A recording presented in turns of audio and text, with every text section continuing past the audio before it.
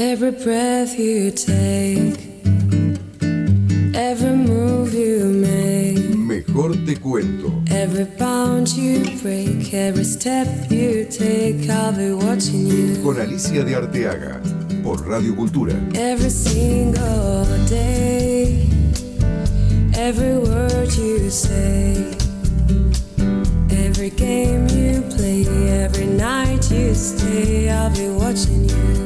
Hola mis amigos, mis queridos amigos de la radio. Como puse en el Instagram, que les recuerdo para los que no saben es Alice Arte, siempre la radio está cerca. Porque la radio, y hace mucho me lo dijo Negroponte, que era un personaje en los años 90 que anticipaba un poco lo que iba a pasar con los medios. Era curioso, porque él vaticinaba el fin de los diarios, el fin de todo.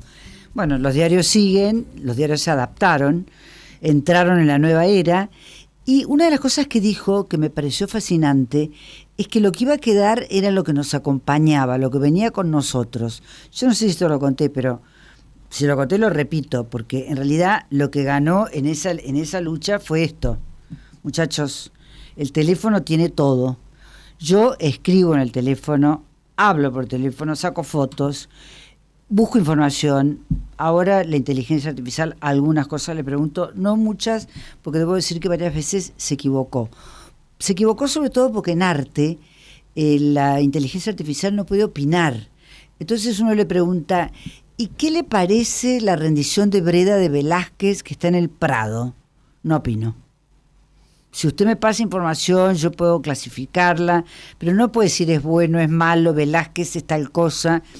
Pero bueno, simplemente un introito para decirles que estamos en el final del año, que la verdad que tengo la sensación de que todo el mundo espera fin de año para hacer las cosas que no hizo. Entonces es una locura de actividades, de encuentros, de almuerzos, de distinto tipo de cosas que pendientes y bueno, la verdad que es un poco una agenda agotadora. Pero tengo varias cosas para decirles. Estuve en Córdoba, me encantó la feria, me pareció una feria nueva, moderna, variada, ecléctica, que concilia un poco las galerías emergentes con las galerías de toda la vida y que se permite ese juego de decir, bueno, nada, hacemos todo distinto. Hacemos una performance, hay un hombre que está caminando por el medio del pasillo, ponemos un bar, la gente toma café. Y la verdad que les digo que me parece que esa es la gente que va a ganar. La gente que está dispuesta a cambiar, a hacer todo distinto. Lo pongo como ejemplo por muchos motivos, pero sobre todo porque me encanta, a Mario Pergolini. Mario Pergolini se reinventó, armó este programa Otro Día Perdido, lo puse casualmente en mi Instagram y es el posteo que he tenido más likes históricos. O sea, una cosa impresionante, las cosas que dice la gente que lo detestaba y que ahora lo adora, porque cambió, porque escucha, porque está tranquilo, porque se pone la corbatita, porque tiene una gran humanidad, en fin, todas las cosas que van cambiando. Ayer se anunció la programación del Museo de Arte Moderno que cumple 70 años, así que saludamos al Moderno, a Victoria Norton, su directora, recordamos a Rafael Esquirru, su fundador, y recordamos también que durante un largo periodo el Museo de Arte Moderno no tuvo edificio propio. Era medio como un museo nómade que andaba por donde estaba la posibilidad de tener un lugar. Mucho tiempo estuvo en el edificio del Teatro San Martín, después estuvo, donde está ahora, que es el edificio Picardo, Avenida San Juan 350, que fue una gestión de los amigos, y se logró ese edificio luego ampliado según un proyecto de Emilio Ambás. Bueno, así que mis saludos muy especiales para el Museo de Arte Moderno, que me parece que lleva adelante una importante gestión, sobre todo con la dirección de Victoria Norton, de mostrar artistas jóvenes, artistas nuevos, artistas que tal vez no tienen un espacio todavía de alta visibilidad, pero que el museo se las da. Entre las grandes noticias que quiero compartir con ustedes, es una que como cordobesa que soy, me llena de alegría. El cuarteto el cuarteto, mis queridos amigos, ha sido declarado Patrimonio de la Humanidad por UNESCO. Es lo que se llama Patrimonio Cultural Intangible, y la verdad que es un gran honor. Creo que el chamamé ya lo era, pero me da muchísima alegría porque el cuarteto es alegría. Por supuesto que estuvo toda la vida, pero en los nuevos tiempos, porque yo creo que así como hay un boom del arte latinoamericano, que realmente está ocupando un lugar que nunca tuvo. Por supuesto saludamos a Costantini, que tanto hizo por eso, con su Malva, pero también creo que la música latinoamericana, y lo hemos hablado acá, tiene una enorme presencia que no tenía. Yo voy mucho a Puerto Rico porque vive ahí uno de mis hijos, y yo solamente les digo, porque lo he dicho, Ricky Martin, Daddy Breva, Bad Bunny, G-Lo, Chayanne, Pedro Capó, todos músicos caribeños, puertorriqueños, y no solamente eso, Bad Bunny va a cantar en el cierre del Super Bowl, que es en febrero. Entonces, mayor audiencia del mundo en la TV después de la final del Mundial de Fútbol.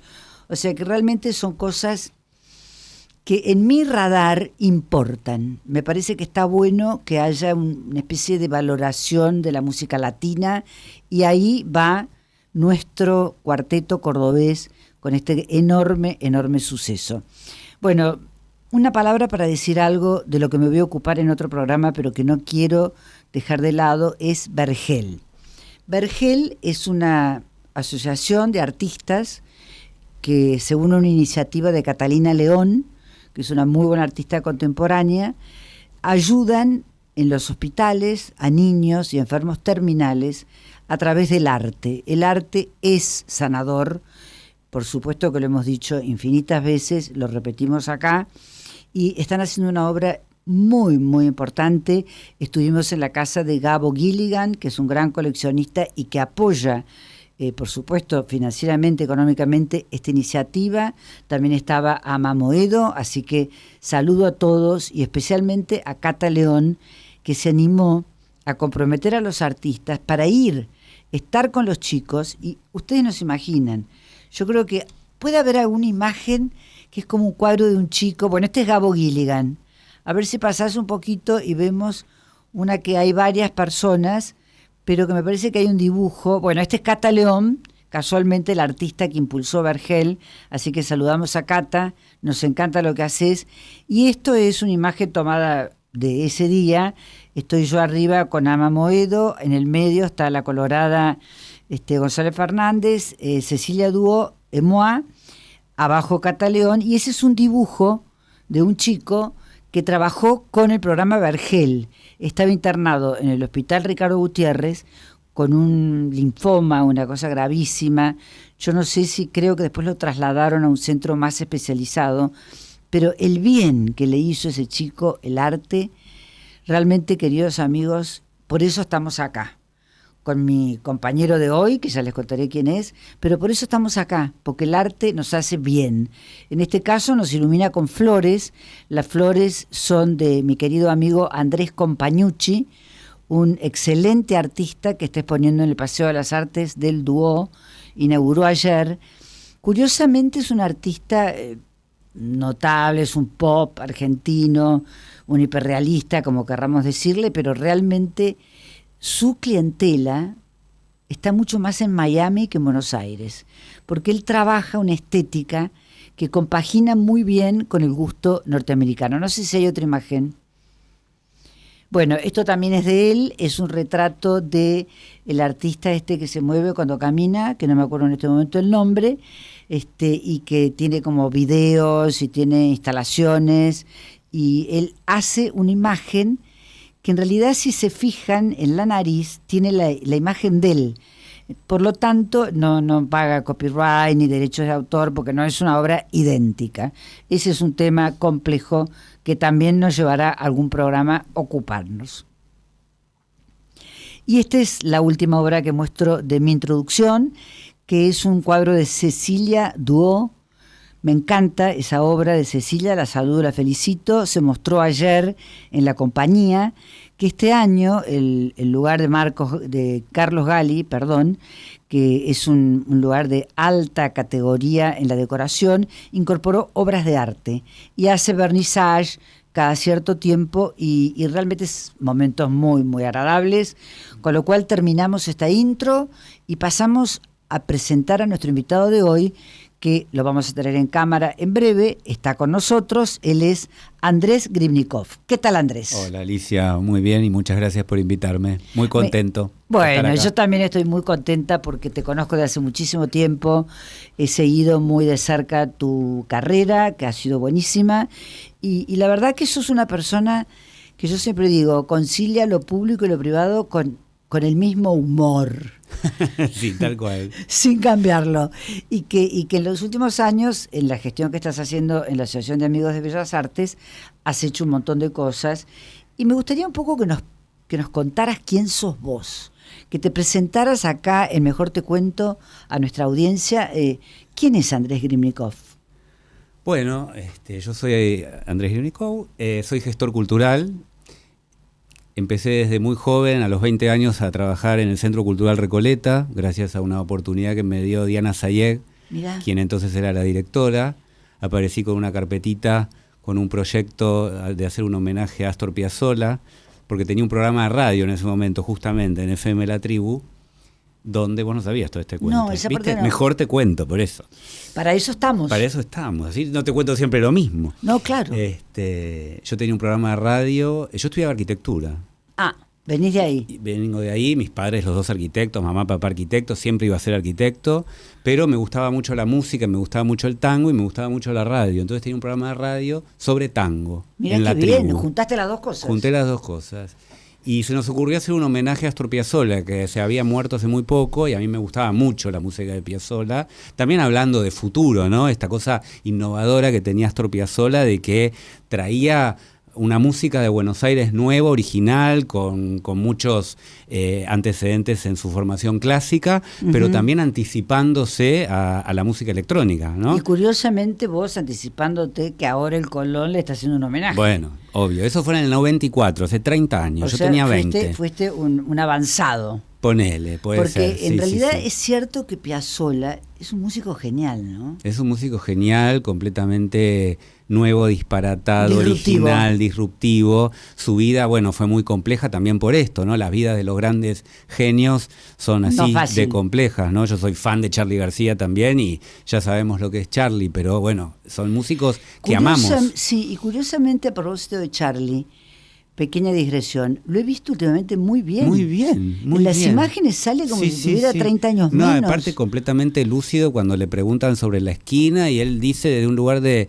sensatez total, me parece inimaginable lo que me hicieron. ¿Cómo Una cosa- inimaginable? Sos sí. Charly García. Es increíble, es increíble. Él ni él cree quién es. No, pero lo veo muy bien. Entonces sigamos. Bueno, entonces hicimos esa muestra y homenaje a Astor Piazzolla muy grande, con obras de Menchi Sabat, Pérez Celis, fotografías de varios fotógrafos que habían sacado fotos de él, su bandoneón original. Bueno, hubo un montón de cosas y un ciclo de recitales donde tocaron Antonio Agri, Néstor Marconi, pero también Fito Páez, Mercedes Sosa, Jairo. Importantísimo. Bueno, fue un festival impresionante. Yo tenía 20 años, te lo recuerdo para que entiendas O sea, el contexto sos- de lo loco que estaba. Claro, pero además qué capacidad, porque para tener esa posibilidad de armar algo tan enorme siendo tan joven. Sí. Bueno, yo es una- siempre me es una gustó la inspiración. producción, siempre me gustó la producción de eventos. Yo en el centro de estudiantes, en el colegio estaba en el centro de estudiantes y era secretario de cultura del centro de estudiantes. A mí me gustaba organizar cosas de arte, de cultura, siempre me gustó la cultura.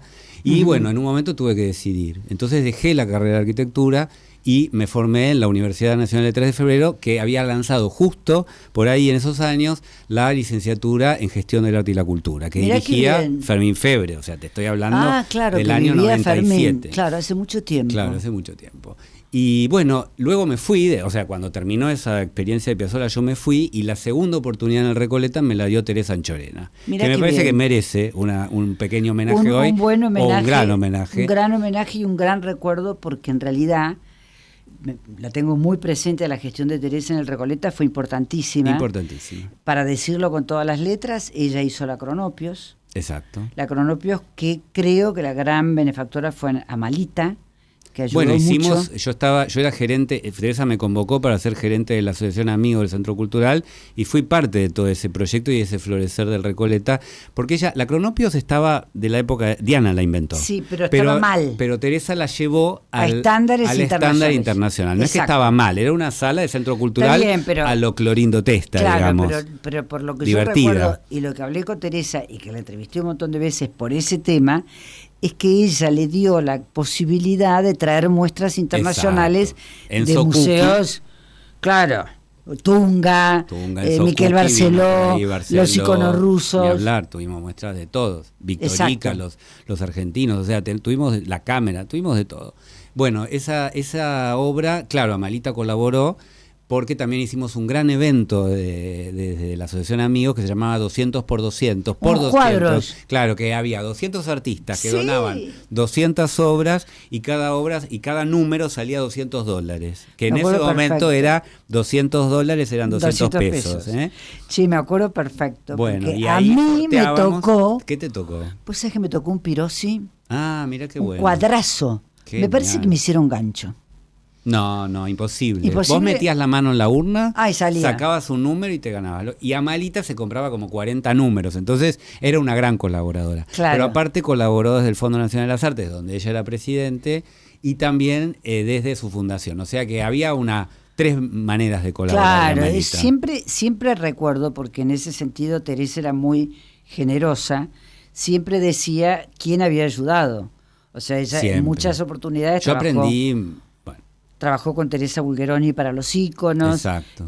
Bueno, Amalita, que la ayudó con un Francis montón. Mariño, cuando hicimos Con Francis Tunga. Reynolds, o sea, todo un montón de trabajos que fueron colaborativos, pero que nunca ocultó No. la relación. Para empezar, por ejemplo, con Fabio Grementieri, Por supuesto. que fue su gran apoyo en los temas de patrimonio. Exacto. Y le enseñó un montón y fue súper generoso Sí. con ella y ella con él. Sí, yo Bueno. aprendí muchísimo de Teresa porque esta cuestión de trabajar entre lo público y lo privado, que como vos Claro. decías, Teresa tenía un rol público como directora general del Centro Cultural Recoleta, pero buscaba fondos privados. Bueno, y yo creo estaba que en en esa eso, oficina, entonces pero- yo aprendí mucho ahí. Ella era una campeona de eso. Sí, Fíjate, y estamos acá con Andrés Grimnikov, que actualmente es director de la Asociación de Amigos del Museo Nacional de Bellas Artes, recordando, y por eso es un pequeño homenaje que le hacemos, a Teresa Anchorena. Teresa, que murió este año y que realmente es una pérdida enorme para la cultura y para nosotros, porque era una amiga, una persona queridísima. Me acuerdo perfecto que cuando ella volvió de Francia, era el año 83, ella había vivido todo ese tiempo de la época de los militares y todavía estaba allá, fue nombrada Directora Nacional de Artes Visuales. Un cargo que era importante, que se lo dio Alfonsín, y me acuerdo que, fíjate vos, Andrés, lo que son las cosas, yo vi chiquito en el diario, viste esas breves de cultura, que se fue nombrada Directora de Artes Visuales, la señora Teresa Anchorena, y yo dije, acá hay una noticia. Claro. Y la fui a entrevistar, que estaba en la sala Miguel Cané, Sí, que es muy del linda, Ministerio. del Ministerio de Cultura, que creo que ahora se llama Secretaría, ¿no? O se volvió a Ahora llamar- se llama Secretaría de Cultura y en esa sede de la calle Alvear, acá muy cerca, donde yo trabajé porque fui También. subsecretario y secretario ahí, hoy está el Ministerio de Capital Humano, ya no está la Secretaría de Cultura, ahí, Ah, la Secretaría ok. está en el Palacio Libertad. Perfecto. Y estaba al frente el edificio que creo que es de las academias, Claro, en haciendo esquina. cruz. Exacto. Y me parece que ahí ella también tenía una oficina. Pero bueno, lo que quería destacar, porque vos hablaste de lo que es la búsqueda de privados para apoyar la gestión pública Exacto. y de generar un interés que beneficie a ambos. Y yo creo que ella lo logró, en realidad fue pionera en eso, porque lo hizo con el Palais de Glass. Claro. Ella agarró el Palais de Glass como directora nacional de artes visuales, que era estaba bastante caído, Sí. y tuvo un gran apoyo privado.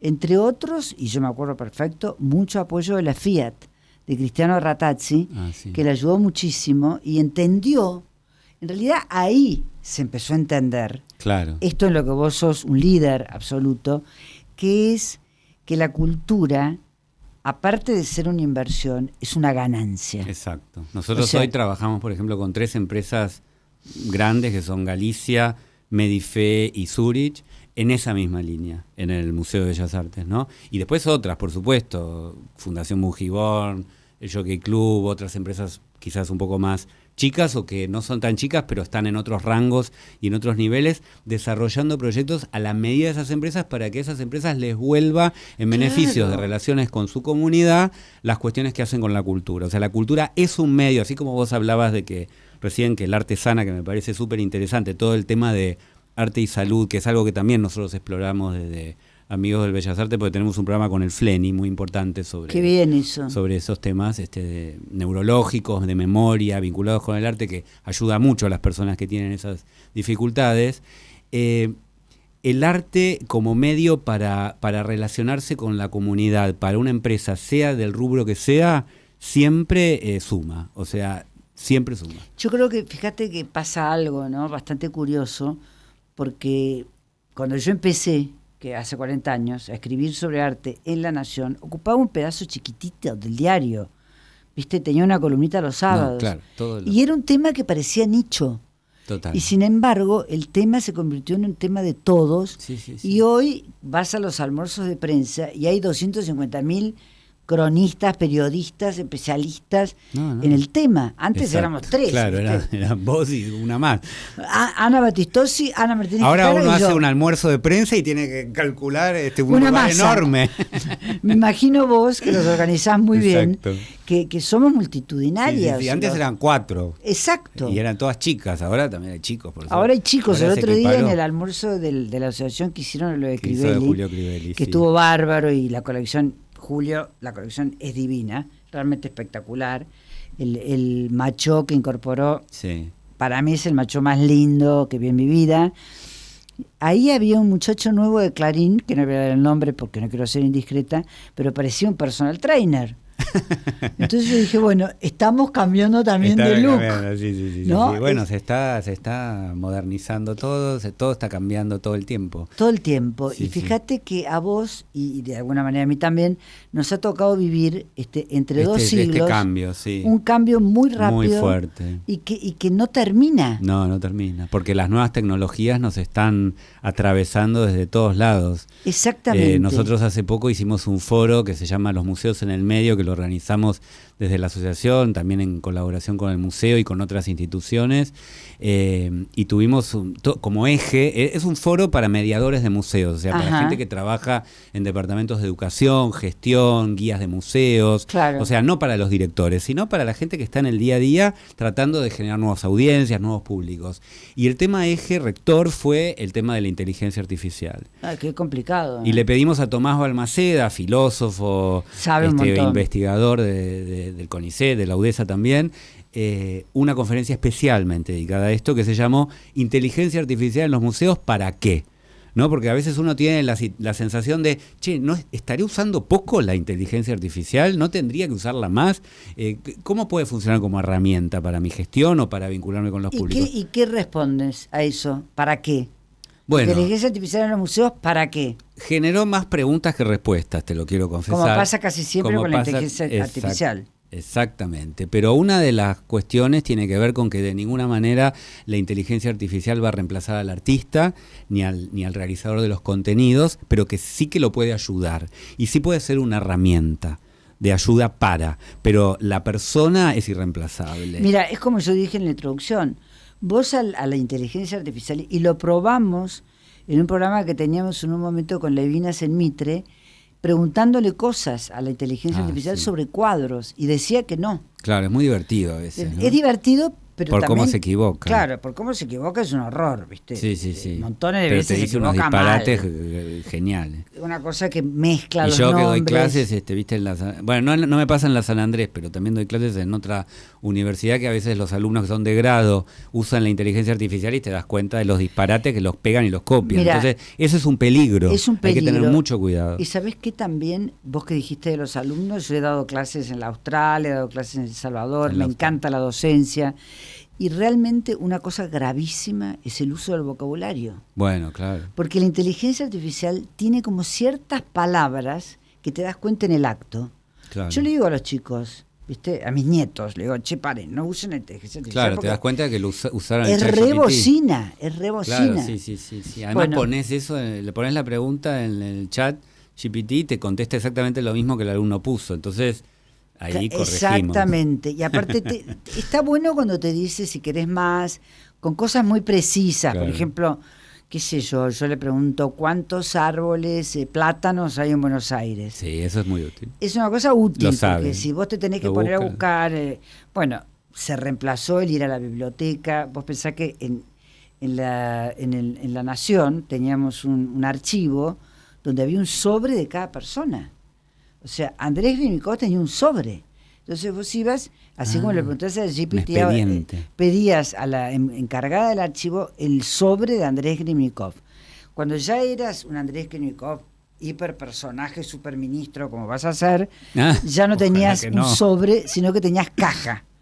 O sea, Bioy Claro. Casares tenía tenía caja. caja, claro. Silvino Campo tenía caja. Genial. Y te digo que era increíble, fotos, recortes de diario. Bueno. Te podías pasar una tarde en el archivo Divino. buscando datos de un personaje. Y ahora es un botón. Sí, es un botón. Bueno, y decime, Andrés, una cosa que te quiero preguntar. ¿Qué son para los museos los amigos? Qué buena pregunta. Los amigos son una manera de generar más comunidad para el museo y de mantener un vínculo con la sociedad sostenido más allá de las gestiones de dirección que pueden ir cambiando. Nosotros ahora tenemos, bueno, una excelente relación con Andrés Duprat, además de que somos amigos personales. Y Además se llaman Andrés. además nos llamamos Andrés los dos, lo cual a veces es ¿Facilita? un problema Es un y problema. a veces facilita, a veces es un problema porque dice, lo hablé con Andrés y no se sabe con cuál. Pero de todas maneras está Claro, bueno. hay mucha gente que lo usa como moneda de... no, bueno, con Andrés nos conocemos hace años, ya desde que él estaba en el Museo de Bahía Blanca y yo estaba en el Recoleta, y después nos encontramos cuando estuvo en Telefónica. Bueno, él tiene una carrera Muy impresionante. meteórica, porque también empezó muy joven. Impresionante, Andrés, lo que es hizo un talento. una Bienal aparte. de Bahía Blanca, ¿te acordás? Hizo Hace la 1000 Bienal de años. Bahía Blanca, Armó el edificio de armó Telefónica. el espacio Fundación Telefónica. Bueno, fue director también nacional de Artes Visuales. Director de Artes Visuales y también Teresa. estuvo en Patrimonio, me parece. ¿O no? Sí, también estuvo. En la Secretaría de Cultura. Bueno, ahí era director nacional de Artes Visuales y desde ahí fue director interino del Museo del Grabado. Quizás eso Claro. es lo que vos decís cuando hubo un tema que se fue el director. Y la verdad que, bueno, Andrés hace una gestión espectacular y nosotros nos llevamos fabulosamente bien, pero los amigos, pero no siempre fue así, es lo que te quiero decir. Entonces, pensá que la asociación, el museo tiene 130 años y la asociación va a cumplir el año que viene 95. Es Y los, antiquísima. sí, y los amigos siempre fueron la forma de vincularse con la sociedad, de ayudar al museo económicamente, lo cual es el rol principal, te diría. O sea, ahí el Estado sostiene al museo, o sea, asegura el presupuesto para que el museo abra, para que el museo conserve sus obras, para que el museo tenga su personal. Pero cuando el museo quiere alcanzar un nuevo proyecto, un nuevo desafío, como ampliar una sala, hacer una muestra temporaria que quizás requiere más recursos, más transporte, más viajes, más seguros, ahí está la asociación para apoyar. Entonces, ese recurso económico que busca la asociación desde el sector privado o desde la sociedad civil, porque la asociación tiene 3.500 socios que pagan su cuota, Montón. un montón. Bueno, ese es un rol importante de la asociación. Y el otro, importante, porque te diría que son dos, o sea, uno es la plata, el otro es divulgar el patrimonio del museo y divulgar la cultura en general. O sea, si se quiere hacer una sociedad más culta, más informada, más conectada con la experiencia de la cultura. Está ¿sí? bueno eso, está bueno. Y me o sea, parece que es interesante también esto que estás diciendo, porque al principio dijiste crear comunidad. Me Claro. gustó mucho esa expresión, Sí, porque la tiene que ver comunidad- con esto. La comunidad te mantiene el vínculo latente, vivo. Claro. ¿Me entendés? No es que fui al museo y no volví más. Claro, porque además, mira, yo me acuerdo siempre, y lo he dicho 1000 veces, esa famosa frase de Jacques Lang, que fue 2 o 3 veces ministro de Mitterrand, de Cultura, Sí. que él decía, los museos son lugares vivos. Vivos. O sea, no son lugares para guardar cuadros, Claro, ese es el reservorios. antiguo concepto del museo, Ese es el ¿no? concepto decimonónico. Claro, ese O antiguo sea- concepto de museo lo estamos cambiando ya desde hace varios años, te diría, no tanto también, 20, 30, Yo ¿no? pienso que empezó a cambiar a fin del siglo XX. A fin de Que en realidad, Bueno. si uno se pone a pensar, yo personalmente creo que el gran cambio, el gran, como se dijera, turning point, fue el Pompidou. Total. Porque, siempre lo digo, el Pompidou, Renzo Piano y Rogers, que fueron los arquitectos, hicieron una cosa que para mi modo de ver fue genial. Sí. Pusieron escaleras mecánicas. Claro. Cuando el museo tuvo la escalera mecánica, claro, se convirtió más o menos en un esquema como si te dijera voy al shopping o voy al cine o voy a un lugar contemporáneo que tiene que ver con mi frecuencia cotidiana. Claro. No voy a entrar a una sala oscura. No, y además qué interesante lo que decís, porque viste que antes yo te dije que estudié arquitectura y que soy hijo de arquitectos, los dos. La arquitectura tiene mucho que ver en la cultura. Todo que ver. Y me encanta que el nombre sea Renzo Piano, porque bueno, la verdad es que son operaciones que hacen los arquitectos que transforman la realidad de las personas. Y en la cultura, esto es transformador, pero total. Lo que pasó en el Pompidou, además de el emplazamiento con el Beaubourg, con esa explanada donde la gente se encuentra, se tira a tomar sol. Por eso ganaron el concurso, claro, Andrés. Lo ganaron porque dejaron la mitad del terreno para una plaza seca. Para una plaza para la gente. Entonces, los tipos, que además el otro día leí una cosa genial, porque tenía 28 años, Renzo Piano. Ah, sí. Era un pendejo, un pibe. Increíble. Ellos llegaron tarde. Y mandaron el empleado a la estación Victoria de Londres a mandar el cartucho con el programa, con el proyecto para el concurso. Genial es ese cuento. Y cuando llegó el tipo, se dio cuenta que en la estación, viste, de la Post, el correo, le dijo que ese cartucho no servía, que lo tenía que cambiar. Entonces el empleado de la estación Victoria, en el piso, estirando buenísimo. los planos para el nuevo cartucho, para doblarlos y mandarlos. Cuando los va a mandar, el empleado le dice, se acaba de declarar una huelga general. No. Entonces, todas en contra tenían. No pueden llegar, pero no hay mal que por bien no venga, porque en el jurado estaba Niemeyer y alguien más que no me acuerdo en este momento, que la huelga los ayudó, porque nada pudo llegar. Trasladaron. Entonces dijeron, entonces como hay una huelga en Gran Bretaña y hay tanta gente que no puede mandar las cosas, prorrogamos la entrega. Increíble. Y los pibes estos, que eran 2 pibes, ganaron ese concurso porque fueron innovadores. Claro. Lo que vos acabas de decir. Exacto. En permanente cambio. Exacto. El mundo que vivimos es el cambio. Ahora, hizo el nuevo Whitney en el Meatpacking de New York, Renzo Piano, la Fundación Bellalar, que para mí es un museo divino. O sea, realmente, como vos decís, la arquitectura cambia la vida. Y sin ir más lejos, tenemos el máximo ejemplo, que es Frank Gehry, que acaba de morir. Sí, con el Guggenheim de Bilbao, que realmente también fue una intervención urbanística que transformó la ciudad, porque Bilbao no estaba en el mapa de ninguno de nosotros, por lo menos los que no estábamos vinculados con las industrias, y de pronto Bilbao era la ciudad a la que había que ir porque un museo transformó totalmente la ciudad.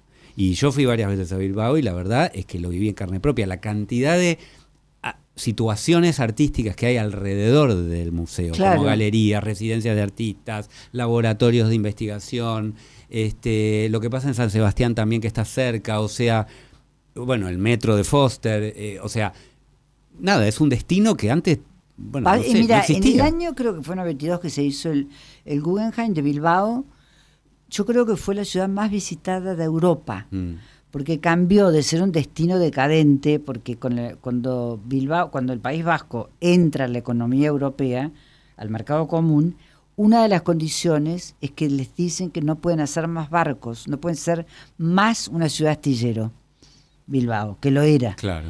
Entonces se quedan sin trabajo, sin ingresos, sin público, sin nada, sin poder hacer ninguna cosa. Inventan con los banqueros vascos, que son el Santander, el Bilbao Vizcaya, ¿viste? Los ricos están en el País Vasco. Planean con Thomas Krenz, que era el director del Guggenheim en New York, hacer ese museo. Claro, es una cuestión estratégica. Cuando me tocó estar en el Ministerio de Cultura, nos salteamos varios casilleros, ¿no? Vos hiciste una gestión en el Ministerio de Cultura en el gobierno de Macri. Exacto, sí. En creatividad. Yo fui secretario de Cultura y Creatividad y antes, cuando estaba Enrique Avogadro, subsecretario de Economía Creativa. En la ciudad. No, en La Nación también. Ah, pero Avogadro no era ministro de la ciudad. Después se fue a la ciudad. Cuando Enrique se fue a la ciudad, ok. yo voy como secretario en el lugar que él deja, en el puesto que él deja. Perfecto. Claro. Y el componente, digamos, el eje rector del área que dependía de mí, que era la Secretaría de Cultura y Creatividad, y antes la Subsecretaría de Economía Creativa, era la cultura como estrategia para el desarrollo de las ciudades argentinas. Y trabajamos mucho, algo que es muy difícil de ver, porque la verdad que te confieso que la gestión nacional en cultura se ve muy poco en todo el país y menos en Buenos Aires, pero plantamos varias semillas que tienen que ver con usar a la cultura como elemento estratégico para el desarrollo de la misma ciudad. Esto que vos viste en Córdoba, por ejemplo, que bueno, nos vimos varias veces, el Sí. Mercado de Arte de Córdoba, nosotros cuando estábamos apoyábamos mucho esa feria en la época que estaba Pancho Macchiaro como secretario Exacto, de Cultura y un tipo muy Natalia capo. Albalese Claro, era organizaba la colaboradora. feria. Apoyábamos mucho esa feria porque creíamos en el desarrollo de otra ciudad vinculada a las artes visuales, no solo Buenos Aires con Arteba y con las otras ferias que tiene, sino también que haya una feria en Córdoba, que haya una feria en Corrientes, que haya una feria en Salta. Bueno, se cumplió tu deseo. Sí, se ve 10 años después, ¿viste? Yo, Porque bueno, las pero, cosas no claro, salen pero- en 4 No, años. pero vos sabés que hay algo interesante, que está muy bien lo que decís, porque plantaron la semilla. Sí, Y para mí fue como un acto de fe. sí. Porque lo he hablado con muchísimos artistas que siempre decían y repetían, Dios está en todas partes, pero atiende en Buenos Aires. Que para poder tener una muestra, para poder destacarte, para poder salir Sí. del anonimato, Buenos Aires. Y resulta que empezaron a aparecer las ferias del interior. ¿Qué te parece? ¿Viste Y a lo mí que me es? parece que modificó totalmente el mapa. Sí, Santa Fe tenía también su feria ligada al Rosario, diseño, Santa Fe, Rosario. Por Corrientes, supuesto. Chaco, Salta, que estuvo Sí, sí. estupenda la feria de Salta, que me encantó, Sí. FAS, Y- Feria de Arte de Salta, con y- un compromiso con los privados enorme. Enorme. Nosotros, digamos, cuando viajás por el país te das cuenta de cómo se desarrolla, por ejemplo, el Museo Franklin Rawson Está bárbaro. de San Juan, cómo ha crecido, bueno, tantos, ¿no? El MAC de Salta, bueno, los mismos de Córdoba, el Palacio Ferreira, que ahora lo dirige Pancho Macchiaro también. Pancho, mira, O sea, realmente mucho. hizo muchísimo por Córdoba, porque Pancho estuvo en una gestión del Centro Cultural España, Claro. que era antes el ICI, y hizo mucho trabajo ahí, inclusive hizo una especie de bienal, que nadie la recuerda, pero yo sí, porque yo fui, que se llamaba Afuera, Ah, sí. y que fue una cosa revolucionaria al mango, ¿viste? Sí, él es un En innovador. los 90, que no Total. podías creer, ahí hizo volar por primera vez un globo Tomás Araceno. Genial. Ahí lo vi por primera vez. Nos levantamos a las 5 de la mañana con Fabián Levenglick, que eran los dos que estábamos, y para ver esto, porque tenía que ser calentar el globo antes de que calentar el ambiente, porque Genial. se levantaba con el calor. Y si Ah. salía el sol y la temperatura subía, la temperatura interior del globo dejaba de hacer contraste. Buenísimo. Era toda una cosa No, y planeada aparte por- son esas, mirá cómo te lo acordás, ¿no? Son esas experiencias que te marcan, ¿no? Mira, vos es Entonces que los- tenés toda la razón del mundo. Y yo te voy a preguntar ahora otra cosa, porque A lo de ver. los amigos me quedó clarísimo. Clarísimo. Creo que es muy importante, y a propósito de Córdoba, me llegó ayer un mensaje de una amiga que van a hacer una asociación de amigos del Chateau Carreras, Ah, qué bueno. que es un lugar Sí, que puso en órbita Antonio Seguí. sí, me habían consultado porque este año inauguramos la muestra de Torres García del Museo de Claro, Bellas Artes en el Ferreira. Palacio Ferreira. Hicimos una conferencia con Cecilia Remiro y yo sobre financiamiento, modelos de financiamiento, contando la asociación, pero también pensando en qué otras asociaciones de amigos se pueden armar, y se me acercó que estaba en la charla la gente del Chateau Carreras que estaban armando la asociación de amigos y hablamos bastante. Bueno, vos Qué sabés bueno. que fue genial, porque en realidad cuando yo estuve en Córdoba no sabía, porque el lugar donde se hacía la feria era al lado del Chateau, el centro de convenciones. Ah, sí. O sea, está el estadio Kempes, Sí. el Chateau Carreras y el centro de convenciones, que es un edificio muy bueno, que se inauguró cuando vino el rey de España para el Congreso de la Lengua. Ah, sí. Y tiene mucha calidad interior, ¿viste? Tiene aire acondicionado, buenos paneles, buenas paredes, o sea, tiene categoría. Tiene fuerza, sí. Y ayer me consultan por esto, por qué me parecía a mí lo de los amigos, que me parece extraordinario.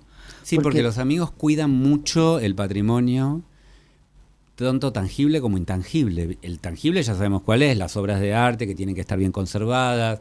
Cuando hace falta compramos los productos para que Claro. se cuiden, compramos estanterías, planeras, esas cosas con nuestros recursos, según lo que nos pide el museo, pero también el intangible, o sea, cuidar la marca museo, cuidar el entorno del museo también. Hicimos con Andrés Duprat y en la ciudad y nosotros un nuevo paseo de esculturas Que está en el buenísimo. medio de los dos edificios, el de la asociación, el pabellón anexo y el museo, que se inauguró en 2022, que tiene 5 esculturas. Hoy se inauguran otras 2 de Marino Ditiana. Exacto. A las 6 de la tarde, están todos invitados En a la venir. Plaza Rubén Darío, les digo a todos, Exacto, pueden que ir. que es la misma sobre la fachada de la asociación del lado de Alcorta, digamos. Perfecto. O Esa sea, muestra va a están estar todos 6 meses. invitados a las 6 de la tarde y la obra es fantástica. Ahora es impresionante. Vi el tema de la instalación, ¿Viste el cuando video? bajaron la grúa, Impresionante. y pensé que era una cosa épica. Sí, sí, sí. Llevar impresionante. esa cosa pesadísima a ese lugar y qué Sí, bien sí. quedó. Impresionante. Y qué lindo, Andrés, qué lindo que es el espacio público de Buenos Aires. Claro, sí. Qué maravilla todo Vivirlo lo que de hay. esa manera, ese entorno. Aparte ese salís a emplazamiento. caminar y encontrás todo esto Sí. que es una magia, el arquero de Burdel, Total. bueno, todas las obras que hay, mismo la escultura de Burdel de Alvear, todo lo que Sí, hay en sí, ese entorno del claro. museo es fantástico. Te quería preguntar, Sí. porque vos también tuviste algo que ver con la gestión de la creación del Museo Fortabá o la colección Amalita. Así es. ¿Cómo fue eso? Porque también es un tema de la ciudad y nos interesa Claro. a todos. Bueno, vos sabés que yo entré al museo cuando era una obra, me convocan algunas personas que estaban alrededor de Amalita, que en ese entonces por supuesto estaba viva y a full con el proyecto del museo, y necesitaban un gestor cultural de bajo perfil, pero todoterreno. Ajá. Y ahí estaba Acá yo. está Andrés. Ahí estaba yo. No quiero aparecer en ningún lado, pero quiero trabajar en un museo y desde cero. Bueno, y más... Yo digo que lo de no quiero aparecer en ningún lado. Bueno, pero eso porque por vos, porque yo A no, mí no, me no encanta quería que aparezca. figurar. Bueno, entonces- Amarita nada. Era ella la, ¿Y qué tal? la ¿Qué estrella. onda, ¿Qué onda con Amalita para ¿Qué laburar? onda con Amalita? Bueno, vos sabés, Amalita era muy especial. Conmigo tenía muy buen trato. Nos hablábamos por teléfono o la iba ¿Ella a ver. participó activamente en lo del Sí. museo? Claro, nosotros teníamos una oficina ejecutiva. O sea, te digo, yo entré al museo cuando era una obra. Con Viñoli. Estaba de No, arquitecto. ya Rafael Viñoli se había ido, Ah.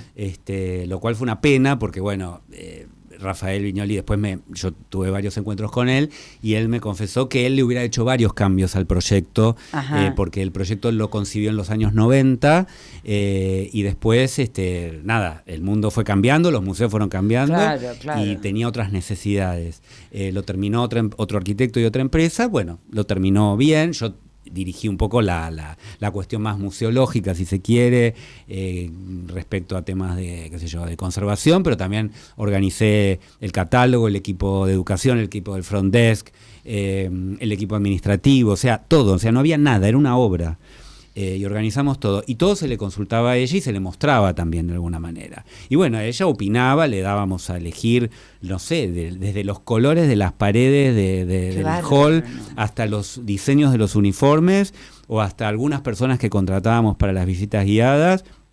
Ni que hablar del tamaño, la tapa del catálogo, los textos, que a veces era increíble, graciosa ¿no? porque se ponía a corregirlos y después Es yo que le era tenía una que decir persona, a... es que te digo que Amalita, que yo la conocí mucho y la entrevisté bastantes veces, varias, Sí. siempre me sorprendió por su capacidad de trabajo. Sí, era una persona fuera de O serie. sea, me acuerdo, Era fuera de serie. mira, me acuerdo una pequeña anécdota que la pinta de cuerpo entero.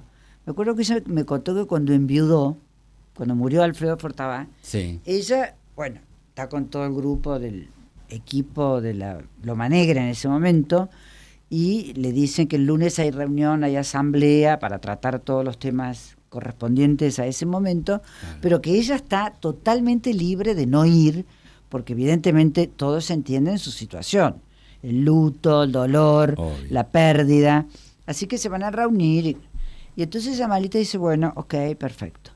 Sábado y domingo piensa y dice, no, si yo no voy ahora es porque me corrí, porque me fui del centro de la escena. 3 de la tarde se abre la puerta y entra Amalita. Claro. Y yo creo que eso era una maestra, ¿viste? Era una marca. Porque Ella estaba, siguió manejando las riendas de todo, Todo. aún no estando. Aún no estando. Sí, ella ya, yo pensaba, yo cuando entré a trabajar en el museo ya tendría 88 años, estaba grande con varios problemas de salud, pero igual iba, más que el museo, iba a la torre de Fortabat, la torre de enfrente. Claro, azul. en la calle Entonces Bullard. yo cruzaba, que a veces me agarraba ese puente de Puerto Madero, viste, que se levanta para que pasen los Sí, un barquitos, horror. y me mataba y me llamaba la secretaria, Andrés, ¿dónde estás? La señora te está esperando, y yo estaba, espera que baje el puente porque no puedo cruzar, ¿me entendés? Parece una cosa Porque como, aparte, como de cuento. para ella que no baje el podía puente. esperar, ¿viste? Claro, o sea, claro. yo tenía que esperar. Después iba, por ahí me hacía esperar 2 horas, no importa. Pero bueno, la cuestión es que la pasé muy bien, fue muy divertido porque armamos con un equipo muy chico, incluso estaba en ese momento Germán Barraza también, que hoy es el Claro, actual y director. me parece que estuvo López Anaya. Bueno, con López Anaya yo te iba a contar lo gracioso, la anécdota, ahora la puedo contar, pero López era uno de los que escribía los textos, ¿no? Claro. Y a veces me corregía los textos de López Anaya. Yo le decía, señora, no le puedo decir a Jorge López Anaya que cambie. Bueno, usted dígale. Bueno, entonces yo le Qué decía, y Jorge genial. López Anaya divino, decía, sí, lo cambiamos, no pasa nada. Pero Ahora, ella leía todos los textos. Claro, evidentemente se creó un hito, ¿no?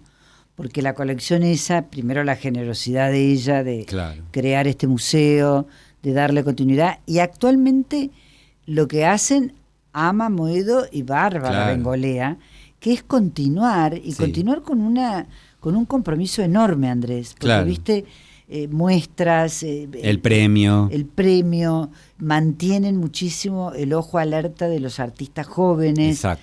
el público los sigue mucho, o sea, ellas tanto, sobre todo Ama, porque bueno, ella es una artista, ella está Sí, sí, metida sí, tiene en, más está en el sensibilidad medio, con el tema, pero claro. Bárbara también Sí, han, sí. han continuado. El legado de ella, ¿no? De el apoyar legado. a los artistas, de relanzar el premio, de hacer las muestras temporarias, porque es muy importante tener al Turner ahí. O sea, tenemos a un William Turner en Buenos Aires impresionante, que lo quiere la Tate, seguro. Divino, no va a divino. salir de acá. Bueno, creo que ahora se presta, me dijeron por ahí, no sé, Chimento a una muestra que va a haber de Turner. Es verdad, yo también lo escuché, pero no lo sé si- pude confirmar. No sé, yo pero te lo parece estoy que diciendo sí. así en la radio suelto, pero no me lo dijo nadie ni de Fortabat, me lo dijeron por ahí, pero no sé si Lo va que a pasa pasar. es que el Hay Turner- temas de conservación también. El Turner es un poco como si te dijera el Manet del museo. Claro, viste, se va el Turner. Yo me tal acuerdo cual. que el Manet, en la época de Glusberg, te estoy hablando, La ninfa sorprendida. la decís ninfa vos. sorprendida, Claro. exactamente. Uno de los pocos desnudos que pintó Manet, Sí, un cuadro muy buscado porque es raro, porque Claro. viste, es un Manet casi académico, sí, todavía no está impresionista, claro. y esa obra hay pocas. Sí. Y es yo me nuestra acuerdo estrella. que uno de los últimos momentos de Glusberg, cuando estaba al frente del museo, se lo pidieron de Japón, que lo prestó. Pero hubo una discusión, te imaginas la discusión que hubo con Nelly, que ya sabemos que era histórica, porque no tenían una relación fluida, era difícil, pero evidentemente es un poco la joya, ¿no?, de la colección del Bellas Artes. Y hablemos Es un poco así. del museo. Andrés, ¿cómo está de visitas? Ah, ¿Qué impresionante. lugar ocupa? ¿Sabes cuánta gente vino desde que inauguró la muestra de Egipto? Viste que estamos con una muestra Sí, que se buenísima, llama la Ciencia y de- Fantasía. Que es de Sergio Baúl. Sergio Baur y Gastón Emilio Gastón, Gurucúa claro. curaron una muestra sobre el Egipto, se llama Ciencia y Fantasía, Egiptofilia y Egiptología en la Argentina. Y todos le llamamos la muestra de Egipto, obviamente.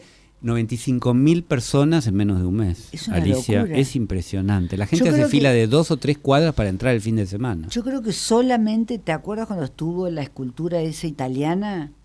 Que estaba a la entrada en el lobby. Sí. Que era- En el museo. Sí. Sí, en el 2018. Yo estaba en el ministerio. Bueno, que tuvo un éxito Total. impresionante. Bueno, Me acuerdo que el claro. embajador de Italia me llamó para decirme que no entendía lo que había pasado Sí, con sí, esa obra. Impresionante. Porque Bueno, la- es prueba de que a la gente cuando le ofreces algo de calidad y también un tema que cala en distintos perfiles de público, porque acá están los chicos que van al colegio, que estudian a Egipto, los historiadores, los antropólogos y por supuesto la gente del arte y de la cultura, es una muestra a la que hay que ir. Y eso genera un fenómeno de un boca a boca que te digo, o sea, no hubo prácticamente que hacer publicidad, o sea, se inauguró, nos apoyó un poco el grupo Clarín con algo de pautas de prensa, etcétera, pero luego claramente se generó un fenómeno, lo que se dice un fenómeno real, donde esto impacta en todos los niveles, porque el restaurante no tiene el lugar para la gente pueda comer al restaurante, porque la tienda y la librería están llenas, porque también nos colabora mucho con las micro donaciones que tenemos voluntarias, Que con son un como, tótem. como bonos, así. Es un cupón que es digital, de pago digital, donde la gente puede, si quiere, puede colaborar. Porque la entrada al museo es gratis. La entrada es gratuita. Ujú. Pero le pedimos a la gente que por favor colabore, el que puede colabora, está colaborando, bueno, un porcentaje importante de la gente, pero esto genera, bueno, y también un ánimo en la institución. A mí me impresiona que mucho, como te podrás sí, imaginar, es bueno. me impresiona mucho dos cosas. Primero, esto que estás contando, sin duda, porque tiene que ver con cierta fascinación que ejerce Egipto Bueno, claro. sobre el público argentino. Es que eso es lo que cuenta la muestra. Hay como un mito. Yo ayer, casualmente que estuve en un almuerzo del dúo, conversando muchísimo con Roberto García, que es el que organiza las muestras, de un viaje que hizo a Egipto. Y yo le contaba el mío. Y los dos parecíamos locos, porque Claro. estábamos como enamorados de navegar por el Nilo como una experiencia mística. Bueno, de esto lo- nace así. Y Nace esa así. cosa de fascinación con ciertos temas, porque el Metropolitan ha hecho muchas muestras de Egipto y siempre ha tenido el Metropolitan de New York Sí, claro. un éxito fenomenal. Total. Y esta muestra no tiene, obviamente, o sea, yo estuve en Londres hace poco, el British Museum, vos viste lo que hay de Egipto, o sea, no se compara. Pero ¿qué pasa con esta muestra? Alfredo González Garaño, que casualmente fue presidente de la Asociación Amigos del Museo de Bellas Artes hace ya varios El años. petizo. Claro. Era un gran fanático, porque hay que decir, era un fan de Egipto con su mujer. Marieta Ayerza. Exacto. Y entonces ellos son los que promovieron estos viajes de intelectuales, coleccionistas, artistas, que iban con un baúl lleno de libros a estudiar Egipto al mismo Y yo me lugar. pregunto, ¿por qué pasaba eso con Egipto? El misterio, los faraones, Tutankamón, la cultura tan antigua. Porque a mí me pasó cuando estuve, ¿viste? Cuando me hablaba la guía y me decía el tiempo que tenía esto y veíamos las pirámides. Bueno, es una fascinación especial algo que muy, muy evidentemente curioso, tiene la ¿eh? Argentina, que después se tradujo en artistas como Manucho Mujica Lainez, Nini Marshall o Karina Lacen, por ejemplo, que tiene una obra exhibida. O sea, Exacto. llega hasta el mundo contemporáneo esa situación que hoy está muy latente de Egipto, ¿no? Ahora, qué interesante que los nombraste a los González Garaño, porque le contamos a la audiencia, los González Garaño tuvieron una colección extraordinaria y donaron al Museo de Bellas Artes Claro. la pintura española, la colección de pintura española, donde hay un cuadro que para mí es glorioso, que es Marieta Ayerza retratada por Anglada Camarasa. Exacto, que está exhibido en la muestra. Exactamente, y que es fabuloso. En realidad los González Garaño sacaron fotos y eso también es como génesis de la muestra de Egipto, ¿no? Sí, Las el fotos que archivo. sacan. El archivo que ellos donaron, él donó el archivo a la Academia Nacional de Bellas Artes. Entonces, Sergio Baur y Burucúa, como los dos son académicos Claro. de la Academia, dijeron, ¿qué hacemos con esto? Y creo que a Burucúa se le ocurrió, ¿por qué no hacemos una muestra? Y bueno, ahí Sergio, Claro. a su juego lo llamaron porque es un gran realizador, curador de muestras sobre documentos, ¿no? Claro, él en realidad es cierto, ha hecho muchísimo ¿te acordás con las cosas Con Borges, con la revista con las Sur. con las revistas de comienzo del siglo Exactamente. y con los grupos, Martín Con el grupo Fierro Martín y todo lo Fierro. demás. Pero me parece que es cierto que él le encanta bucear Bucea en los papeles, en detrás, los documentos. viste, detrás de lo que todos vemos, Sí, sí, sí. él encuentra otra cosa. Exacto. Y me parece que es fantástico la otra cosa que quería decir del museo, que es cómo la gente los fines de semana visita el museo Sí, y se queda se queda. mucho tiempo recorriendo la colección. Y desde hace muchos años, porque yo lo hacía cuando era chico. Yo siempre cuento que mis viejos me llevaban a mí y a mi hermana los domingos, el paseo era Recoleta, Bellas Artes, y después a la noche íbamos a comer a la casa de mi abuela que vivía en el centro. O sea, ese era un tour clásico de... Pero no era un tour convencional. O sea, no era que todo el mundo hacía y ese Plaza tour. Francia, ver un poco la feria hippie que se decía en ese Pero momento. fíjate Andrés, La y se nos feria acaba el artesanal. tiempo, pero hay una cosa cierta, el lugar de los museos cambió radicalmente. Sí, sí, sí, sí. O sea, se convirtieron en lugares donde vas a pasar el día, te vas a quedar, Totalmente. podés comer, podés tomar café, comprar cosas. Claro. O sea, realmente como se nos acaba el tiempo, me gustaría que te despidas de la audiencia y agradecerte, por supuesto, que estés acá. Bueno, me despido. Te agradezco mucho la charla. Hablamos de todo. Yo creo que podemos seguir hablando tener un programa juntos más. 3 horas por semana. Pero obvio. Además, tenés esa capacidad que yo siempre te digo, déjame tirarte algunas flores. Porque, dale, divino. No, que comunicás muy bien y siempre estás contando la actualidad y lo que viene. O sea, nunca te quedás en el pasado. Me preguntás del pasado, pero siempre lo estás comparando con lo que viene. Qué y bueno. Eso es lo que creo que nos mantiene... a vos te mantiene joven y a mí me da ganas de ser así también. Mira, la verdad En serio te digo lo digo, que es una cosa muy placentera, porque me parece que lo único real y lo único verdadero es el cambio. Claro. Y si nosotros no estamos en esa, estamos perdidos. Exactamente. Yo siempre digo que el arte no solamente sana, el arte es nuestra vida.